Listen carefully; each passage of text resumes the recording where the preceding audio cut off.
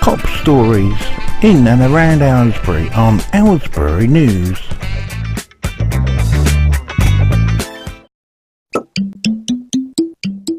Bird causes a stir for police in Aylesbury Vale.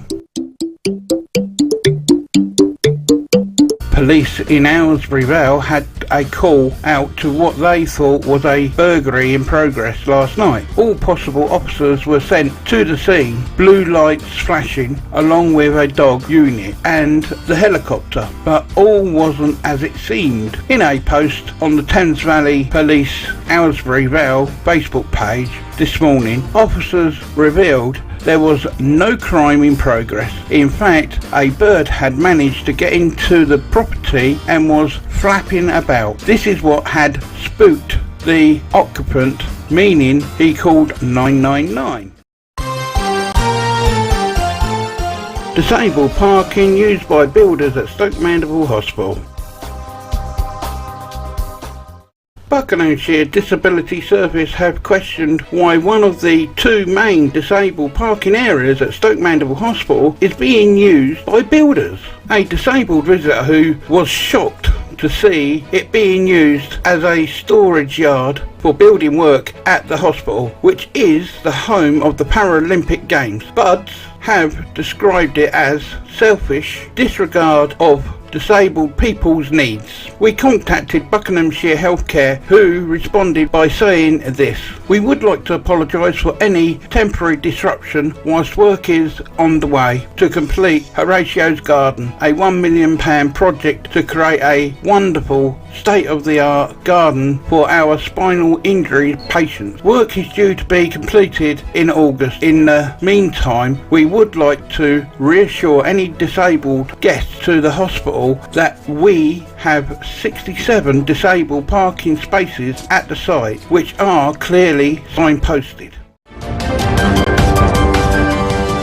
Aylesbury Crisis Centre received £600 donation. A valuable crisis centre in Aylesbury has received £600 from Thrive Homes, a local housing association. The grant will help fund the group's drop-in sessions, which are run 5 times a week at various community locations in the area. Space provides support and care to people struggling during difficult times in their lives. Support for relationship breakdowns, depression, bereavement, unemployment, mental health problems or loneliness are available. Kate Lawton is project co-organiser for the charity. Our start line is support and care for adults who are going through difficult times. Those difficult times may include a long-term health issue, a bereavement, a relationship breakdown or loneliness, which is a big thing as well. Often people's problems are a whole multitude of these, and the issue can be quite complex.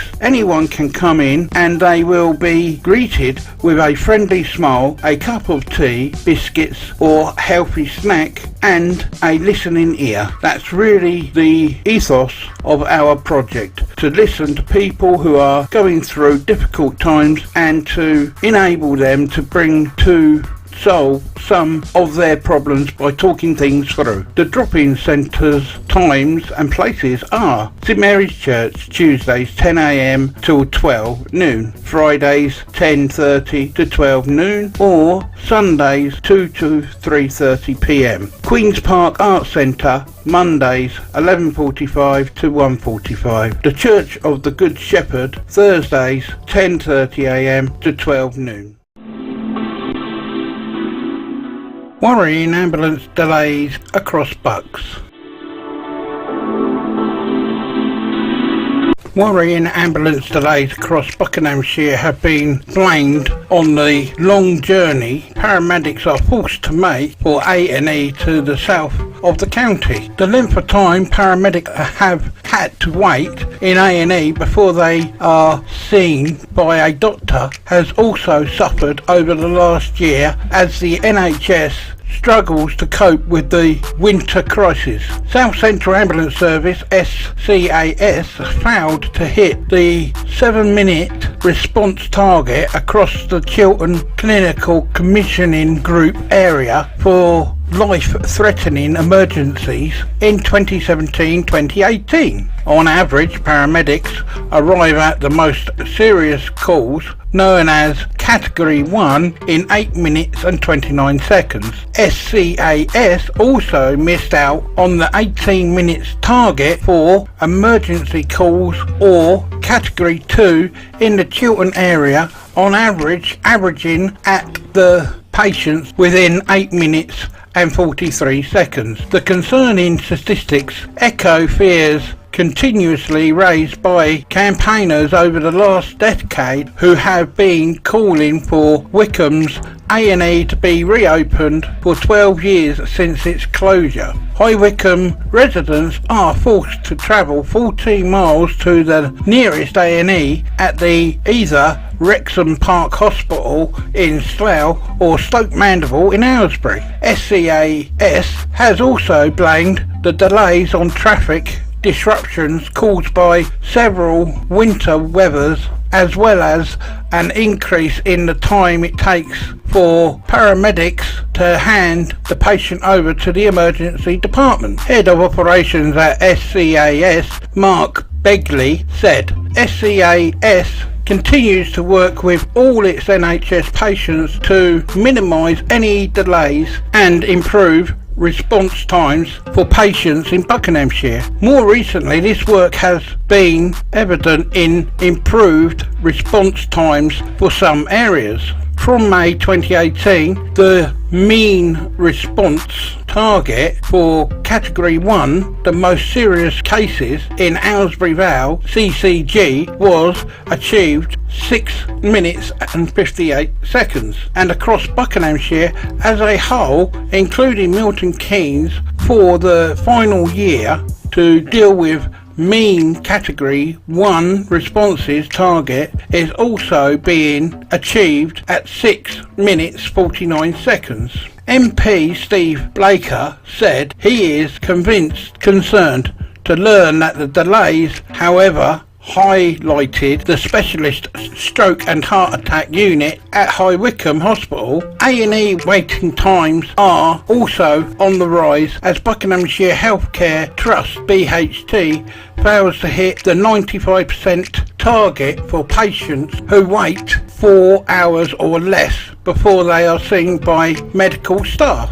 At the end of 2017-18, just 87.3% of patients waited less than 4 hours before they were admitted or treated or diagnosed, a decline on the previous year. Chief Operations Officer at BHT, Natalie Fox, blames the rising figures on the increase in demand for services, but insists staff work hard to make sure patients are seen as quickly as possible. She added, "We have implemented a number of measures to make sure that patients receive the most appropriate care for their needs in the right place in a timely manner. These include nurses at the A&E front door to direct patients to the most appropriate care for their needs, access to GP services within A&E, and 5 new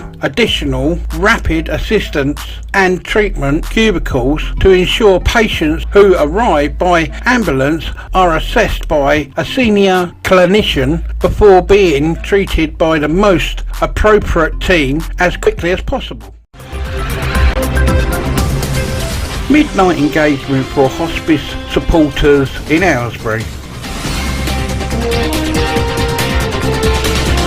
Hundreds of pink bunny ears, many miles walked, and just a little bit of romance will be the main memories for this year's midnight walk in Aylesbury. Florence Nightingale Hospice Charity, FNHC, involved men to join the midnight walk permanently this year, but little did the organisation know that this year's event would be the most romantic one ever. Tasha Cooper overcame the physical challenges of the cerebral palsy to complete the 5-mile route round Aylesbury. As she and boyfriend Scott Gotts approached the finish, a crowd of walkers, marshals and helpers gathered to cheer her over the line, and moments later, in front of everyone, Scott brought an engagement ring out and proposed the question to Tasha. Tasha said, "I was completely taken back, had no idea he was planning it. It took a few moments for it to sink in. I was so happy." And Tasha wasn't the only one fighting tears of joy as the assembled walkers couldn't believe their eyes. Kirsty Shanahan, PR and marketing manager at FNHC, said, "It was just so romantic. I was standing right by them and a huge gasp went up from everyone as they realised what Scott was doing. It was really emotional and absolutely lovely part of the night." Scott and Tasha have been together for 3 years, although they have known each other for 17 years. Tasha says she's always wanted to do the midnight walk, but walking is difficult because of her condition. "I have wanted to do the midnight walk for many years, but didn't have the confidence to do it. I wanted to do it to give something back to the community, and I think the hospice does something amazing for people when they are going through something awful. This year I did it because Scott said he would do it with me to support me. He also walked for his great uncle who had stage 4 prostate cancer. The midnight walk has never hosted a marriage proposal before. I thought it would be a perfect time. I thought it showed our commitment to each other, and I knew Tasha would be hurting at the end, and I thought it would be a good way to lessen the pain she was in. I had been planning it since we entered." Was he nervous about proposing in front of a whole crowd of people? "I felt fine up until the last 200 metres where I got really nervous, particularly as Tasha was getting tired, and I thought I might have to carry her over the finish line so I could propose." Tasha added, "Neither of us expected such a large crowd as we finished, although the atmosphere was so happy and supportive as we finished. Neither of us would change it.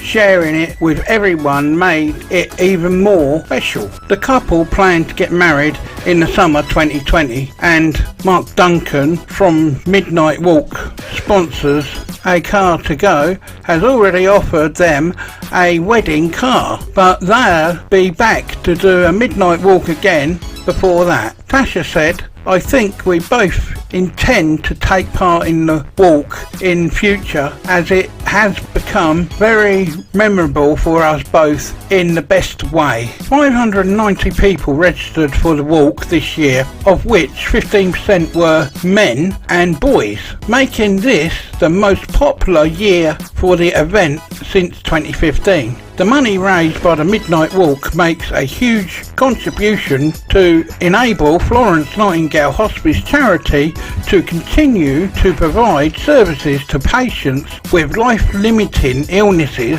at the hospice and at home, and so far walkers have raised just over half of the Midnight Walker target of £50,000. Dorothy Perkins and Burton's to close in Aylesbury. 2 more shops are closing in Aylesbury Town Centre. Burton and Dorothy Perkins, which share a unit in Friars Square Shopping Centre, have put up closing down signs. It's not long after the House of Fraser announced it would be shutting stores across the country, including the one in Aylesbury. It's been a tough year for retailers as well as House of Fraser closing stores. Pound World have gone into administration and Toys R Us have closed all their shops. Thank you for watching. Please subscribe and leave comments below. Oh, don't forget to share and like our videos. Thank you.